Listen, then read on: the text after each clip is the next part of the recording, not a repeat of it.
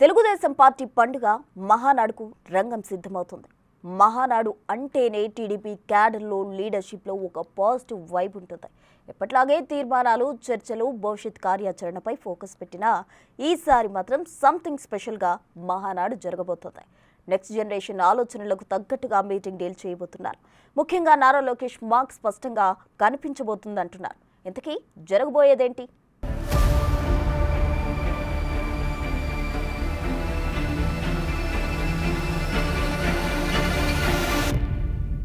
మహానాడు అన్నాక తీర్మానాలు ప్రవేశపెట్టడం కామన్, వాటిని అమల్లో పెట్టడం కామనే. కానీ ఈసారి కొంచెం స్పెషల్. అందులో లోకేష్ మార్క్ కనిపించబోతోంది. యువగళం పాదయాత్రతో టీడీపీ శ్రేణుల్లో ఒక ఉత్సాహం తీసుకొచ్చిన లోకేష్ పార్టీ భవిష్యత్ నిర్మాణం దిశగా ఆలోచనలకు పదును పెట్టారు. ఈ క్రమంలోనే పార్టీని మరో 40 ఏళ్ల పాటు నడిపించడానికి అవసరమైన ప్రణాళికలకు సంబంధించి కీలక నిర్ణయాలు తీసుకోబోతున్నారా? పార్టీ మూల సిద్ధాంతం స్ఫూర్తితో ప్రస్తుత ప్రజా అవసరాలకు తగ్గట్లు పార్టీలో కీలక విధాన మార్పులు రానున్నాయా అంటే అవుననే సమాధానమే వస్తోంది. కొత్త విధానాలతో పార్టీకి కొత్త లుక్ రాబోతోందంటున్నారు.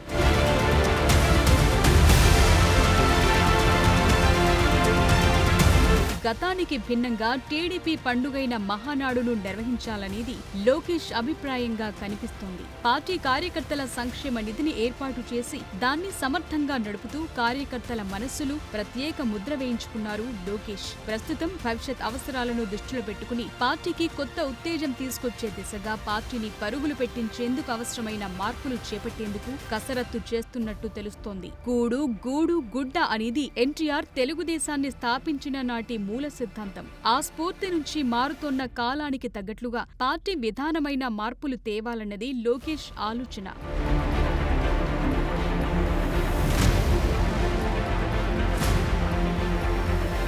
కాలం మారుతోంది, ప్రజల అవసరాలు మారుతున్నాయి, వారి ఆలోచన విధానం కూడా మారుతోంది. ఎన్టీఆర్ హయాంలో ఆత్మాభిమానం, చంద్రబాబు హయాంలో ఆత్మవిశ్వాసం అనే నినాదాలు రాజకీయ సమీకరణాలనే మార్చేశాయి. ఇప్పుడు ఆ స్ఫూర్తిని కొనసాగిస్తూ ప్రజలకు, పార్టీకి, కార్యకర్తలకు మంచి భవిష్యత్తును అందించే లక్ష్యంతో సరికొత్త నినాదాన్ని రూపొందించాల్సిన టైం వచ్చిందన్న చర్చ జరుగుతోంది. అన్ని వర్గాలను ప్రతిబింబించేలా విధానాలు రూపొందించేలా ప్రణాళికలు సిద్ధం చేస్తున్నట్టు తెలుస్తోంది. ఈ క్రమంలో నారా లోకేష్ 6 కీలక అంశాలను కడప మహానాడులో ప్రతిపాదించబోతున్నట్టు తెలిసింది. మహిళలు, రైతులు, యువత, సామాజిక న్యాయం, కార్యకర్తల సంక్షేమం వంటి అంశాలపై లోకేష్ ఫోకస్ పెట్టారంటున్నారు. తనదైన స్టైల్లో ఓ ఐడియాలజీని లోకేష్ తెర మీదకు తెచ్చే ఛాన్సెస్ కనిపిస్తున్నాయి.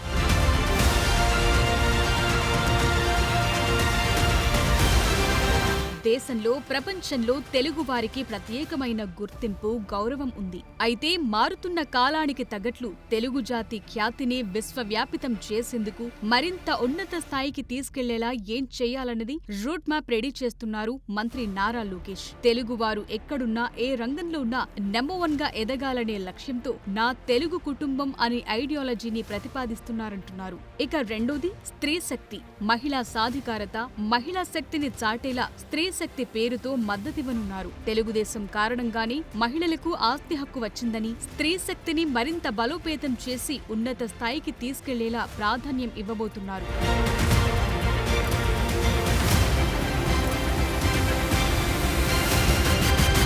పేదరికం లేని సమాజం కోసం ప్రత్యేక ఎజెండా రెడీ చేస్తున్నారు. ఇప్పటికే P4 విధానాలకు రూపకల్పన చేసి అమలు చేస్తున్నారు. వీటితో పాటు పేదరిక నిర్మూలనకు ప్రత్యేకమైన కార్యాచరణ అమలు చేయనున్నారు. బీసీలకు వెన్నుదన్నుగా నిలవటంతో పాటు స్థానిక సంస్థల ఎన్నికల్లో 33% రిజర్వేషన్లు కల్పించామని, ప్రస్తుత పరిస్థితుల్లో అన్ని కులాలకు సామాజిక సమన్యాయంపై ఐడియాలజీని రూపొందించే అవకాశం ఉంది. ప్రతి వర్గానికి న్యాయం చేసేలా సోషల్ రీఇంజనీరింగ్ చేయనున్నారు. అటు పార్టీలో యువతకు ఎక్కువ ప్రాధాన్యత ఇవ్వటంతో పాటు వారికి ఉద్యోగ, ఉపాధి అవకాశాల కల్పనకు అవసరమైన చర్యలు, ఐడియాలజీపై చర్చిస్తారు. భారత్ బలం, యువశక్తి.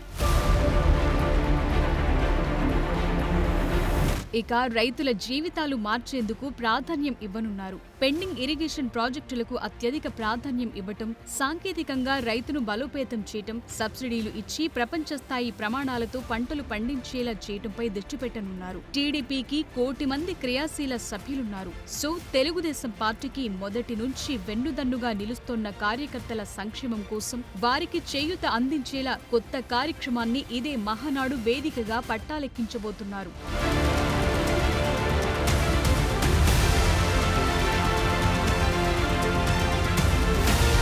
2024 ఎన్నికల్లో ఘన విజయం సాధించిన తరువాత జరుగుతున్న మహానాడు ఇది. చరిత్రలో ఎన్నడూ లేని విధంగా కూటమికి 164 సీట్లతో ప్రజలు బ్రహ్మరథం పట్టారు. రికార్డ్ స్థాయిలో 93% స్ట్రైక్ రేట్ వచ్చింది. ఈ విజయోత్సాహంతో ఎవరు ఊహించని విధంగా ఈసారి పసుపు పండుగ మహానాడు జరగబోతోందంటున్నారు. టీడీపీ 43వ మహానాడు కడపలో నిర్వహించడం చరిత్రాత్మకమని, ఈ వేదిక నుంచి రాయలసీమ గొప్పతనాన్ని ప్రపంచానికి తెలియచేయబోతున్నామన్నారు టీడీపీ ఏపీ రాష్ట్ర అధ్యక్షుడు పల్లా శ్రీనివాసరావు. ఈరోజు కడపలో మహానాడు నిర్వహించబోతున్నాం అనే విషయం మాకు చాలా ఆనందంగా ఉందండి.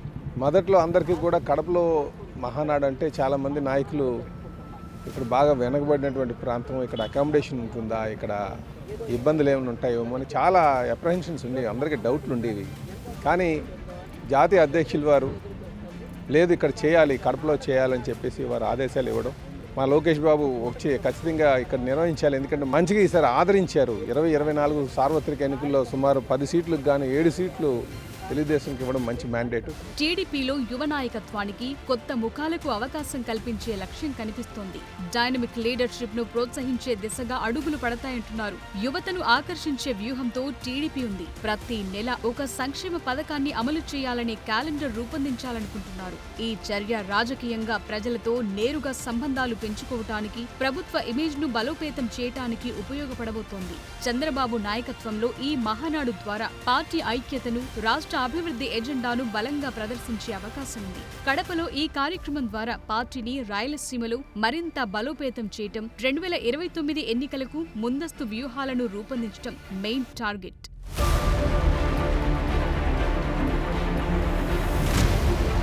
మహానాడులో 4 ఉమ్మడి తీర్మానాలు, తెలుగువారి చరిత్రలో ఎన్టీఆర్ ప్రత్యేకత, తెలుగువారి చరిత్రలో చంద్రన్న ముద్ర, అమరులైన టీడీపీ కార్యకర్తలు, నాయకులకు ఘన నివాళి, కార్యకర్తల సంక్షేమం ఇవి కీలకంగా మారతాయి. మహానాడు టీడీపీ సైద్ధాంతిక బలాన్ని, ఎన్టీఆర్ వారసత్వాన్ని గుర్తు చేస్తుంది. కడపలో జరపడం ద్వారా ఈ గుర్తింపును రాయలసీమ ప్రజలతో మరింత దగ్గర చేసేలా ప్రణాళిక రచించారు. ఇది రాజకీయంగా మాత్రమే కాక సామాజికంగా కూడా టీడీపీ పట్ల అట్రాక్షన్ ను పెంచేలా ప్లాన్ చేస్తున్నారు.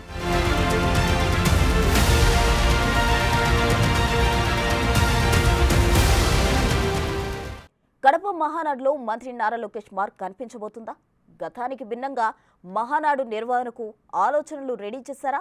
మారుతున్న కాలానికి తగ్గట్టుగా పార్టీ ఆలోచనల్లో మార్పులపై ప్రతిపాదనలు పెట్టబోతున్నారా అంటే అవునన్న సమాధానాలే వస్తున్నాయి. సంప్రదాయ విధానాలకు ఫ్యూచర్ జనరేషన్ థాట్స్ జోడించబోతున్నారు. 6 అంశాలతో పార్టీకి కొత్త లుక్ తెచ్చేలా స్ట్రాటజీ వర్కౌట్ చేశారంటున్నారు. ఇంతకీ అవేంటి? మహానాడు రూపురేఖలు మార్చబోతున్నాయా?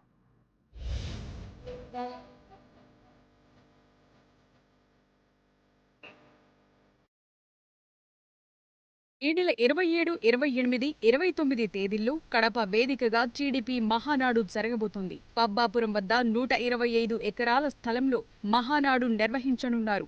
బయటి నుంచి చూస్తే ఇదే మ్యాటర్, కానీ ఇదే మహానాడు చాలా మలుపులకు వేదిక కాబోతోంది. అసలు మహానాడు కడపలో నిర్వహించటమే ఈసారి పెద్ద హైలైట్. అంతకుముందు కాంగ్రెస్, ఆ తరువాత వైసీపీకి కంచుకోటగా ఉన్న ఈ జిల్లాలో మొన్నటి ఎన్నికల్లో తెలుగుదేశం పార్టీ సత్తా చాటింది. వైఎస్ జగన్ సొంత జిల్లా అయినప్పటికీ ఆ కోటను బద్దలు కొట్టింది టీడీపీ. మెజార్టీ స్థానాల్లో గెలిచి సత్తా చాటింది. ఇది రాజకీయంగా తెలుగుదేశం పార్టీకి కలిసి వచ్చింది. సో వచ్చే ఎన్నికల్లోనూ ఇదే ఉత్సాహాన్ని కంటిన్యూ చేసే దిశగా ఈ లొకేషన్ ను మహానాడు వేదికగా ఎంచుకోవటం ఒక స్ట్రాటజీ.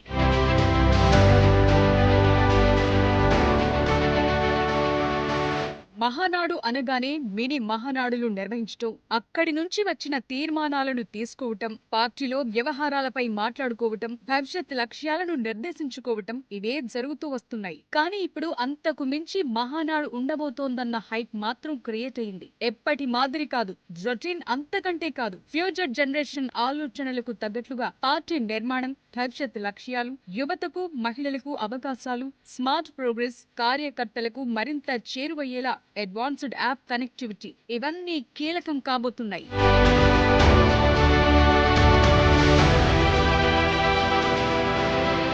మే 28న ఎన్టీఆర్ జయంతి సందర్భంగా ఏటా మహానాడు నిర్వహిస్తూ వస్తున్నారు. గతేడాది సార్వత్రిక ఎన్నికలు జరగటంతో ఈ కార్యక్రమం నిర్వహించలేదు. నిజానికి ప్లేనరీ అను పేరు ఏదైనా రాజకీయ పార్టీలు కార్యక్రమాలు నిర్వహించుకుంటాయి. అయితే టీడీపీలో మాత్రం మహానాడు మహా స్పెషల్. ఇక్కడ రాజకీయమే కాదు, ఇదొక పండుగలా జరుపుకుంటారు. తొలి రోజు పార్టీ ప్రతినిధుల సభ, పార్టీ సంస్థాగత నిర్మాణం, విధి విధానాలు, భవిష్యత్ కార్యాచరణపై క్యాడర్ కు దిశానిర్దేశం చేస్తారు. రెండో రోజు ప్రతినిధుల సభతో పాటు కూటమి ప్రభుత్వం ఏడాది పాలనలో చేపట్టిన అభివృద్ధి, సంక్షేమ కార్యక్రమాలపై రూపొందించిన ముసాయిదా తీర్మానాలపై చర్చిస్తారు. ఇక మూడో రోజు 5 లక్షల మందితో భారీ బహిరంగ సభ నిర్వహించబోతున్నారు.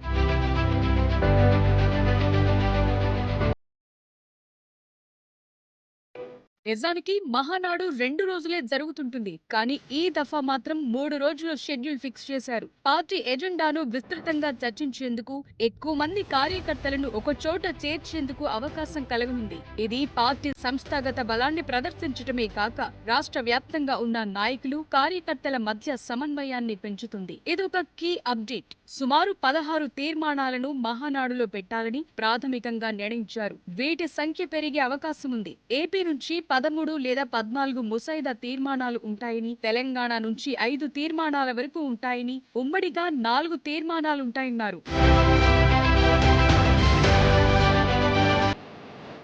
ఈ మహానాడు వేదికగా కొన్ని విషయాలను జనం దృష్టికి తీసుకెళ్లబోతున్నారు. వాటిని జనంలో చర్చకు పెట్టేలా ప్లాన్ చేశారు. తొలి రోజే పార్టీ సభ్యత్వం, సంస్థాగత నిర్మాణంపై చర్చిస్తారు. క్లస్టర్ యూనిట్, బూత్, గ్రామ, వార్డు, జిల్లా, రాష్ట్ర స్థాయి కమిటీల ప్రాధాన్యతలను వివరిస్తారు. ఆయా కమిటీల్లో మంచి పనితీరు చూపిన నాయకులు, కార్యకర్తలు తమ అనుభవాలను చెబుతారు. అటు రాష్ట్రంలో ఒకే ప్రభుత్వం కంటిన్యూగా అధికారంలో ఉంటే కలిగే లాభాలను చర్చకు పెడతారు. గుజరాత్ లో గత 3 దశాబ్దాలుగా బీజేపీ అధికారంలో ఉండడంతో అక్కడ సుస్థిర అభివృద్ధి సాధ్యమైందన్న విషయాన్ని ప్రస్తావించబోతున్నారు. ఏపీలోనూ ప్రభుత్వం మారకుండా కంటిన్యూగా ఉంటే అమరావతి, పోలవరం సహా ఇతర అభివృద్ధి కార్యక్రమాలన్నీ సక్సెస్ఫుల్ గా కంప్లీట్ అవుతాయంటున్నారు.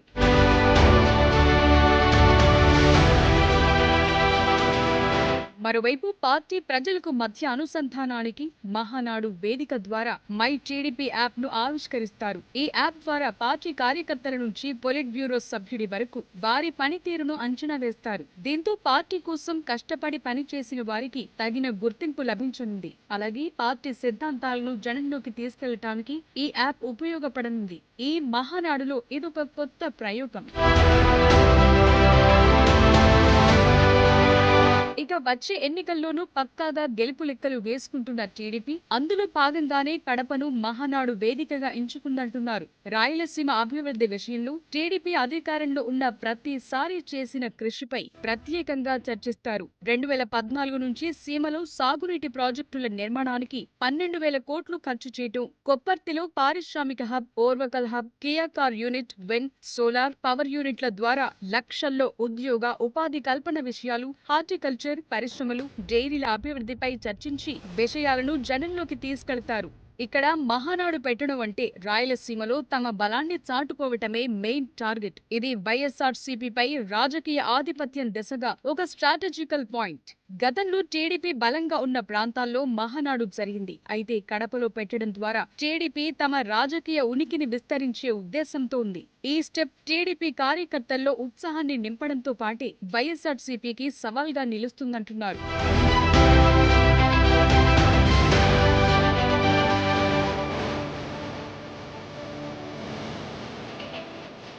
2024 ఎన్నికల్లో ఘన విజయం సాధించిన తరువాత జరుగుతున్న కడప మహానాడును భారీ ఎత్తున నిర్వహించాలని టీడీపీ డిసైడ్ అయింది. అందుకే మహానాడు చివరి రోజైన మే 29న సుమారు 5 లక్షల మందితో భారీ బహిరంగ సభను నిర్వహించబోతున్నారు. సీమ జిల్లాలతో పాటు నెల్లూరు, ప్రకాశం జిల్లాల్లోని 50 నియోజకవర్గాల నుంచి జన సమీకరణ చేయనున్నారు. ఈ సభ ద్వారా టీడీపీ బలాన్ని చాటుకునే ప్రయత్నాలు చేస్తున్నారు. వచ్చే ఎన్నికలకు రూట్ క్లియర్ చేసేలా పునాదులు బలంగా వేయబోతున్నారు.